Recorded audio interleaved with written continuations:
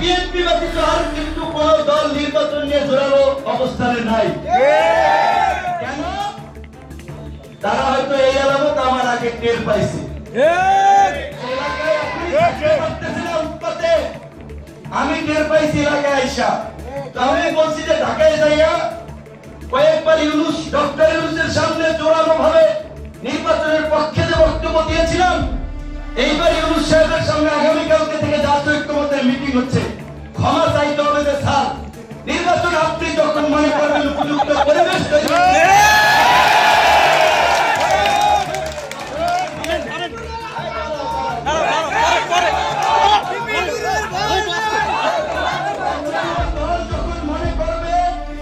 এবং বলবে level playing field তৈরি হয়েছে, সবাই নির্বিঘ্নে সভা সমাবেশ করতে পারবে, এলাকায় থাকতে পারবে, হুমকি ধামকি থাকবে না, রাজনৈতিক এই আগেকার সেই আধিপত্য বিস্তারের সংস্কৃতির পরিবর্তন হবে, তখনই নির্বাচনের রোডম্যাপ দিতে হবে।